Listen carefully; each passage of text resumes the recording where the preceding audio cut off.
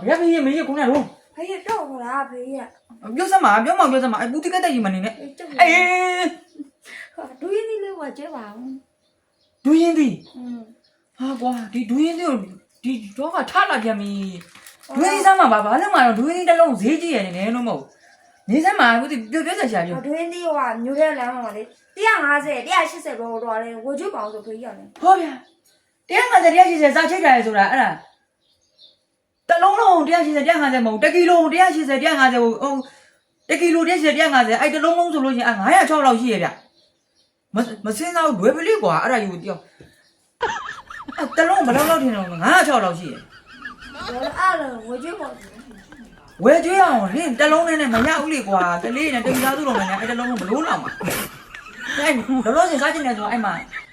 ဟိုနဲ့ဝယ်ကြည့်မယ်ပိနေသီးနဲ့စားထားလိုက်လောစင်တော်တယ်အဲ့ပိနေသီးဝယ်စားတော့ဟိုနောက်ပေးရချင်တယ်မှာတော့ခူးစားလို့ရတယ်ဟာအေးတော့ခူးစားလိုက်လေကွာလောစင်အဲ့ပိနေသီးဟိုဝေးသီးတလုံးဝယ်ဖို့ဆိုမရှိကြပြီဒီတော့အပေါင်းကြီးတော့ဝယ်ဖို့ရှိတာပဲနင်တို့ဟာကိုမိသားစုချင်းနေနေအားလုံးပြီဟုတ်တယ်ဒီနေ့ကတော့နင်ဟာဒီသားလေးမွေးပြီးမှဝယ်ကြည့်မယ်လို့ပြောတာလေဟိုလောစင်နေကပတ်စံဘလောက်ပေးရကြတယ်ဟိုသွားဒီသွားဆိုပတ်စံပြည့်အောင်မပေးဟလာကားကျင်တာဒူးရင်းသီးနော်ညာတို့ဟာအဲ့ဒါမချစ်တော့တော့မချစ်တော့ဘူးဒီတော့ကိုတတ်မှလည်းအေးကွာဖုန်းကြီးကြည့်ပြီးဘလို့ဟာမြင်ပြီးဘလို့ဟာငါ့လိုက်တော့လေထွဲတော့လေထွဲလို့တဲ့ဒီဟုတ်တယ်လေချွဲတော့တော့ချွဲလို့နေရလေဖက်ရတယ်မောင်လည်းလုံးလုံးကြီးကဗန်းသမားအရှုံးပြမှာတဲ့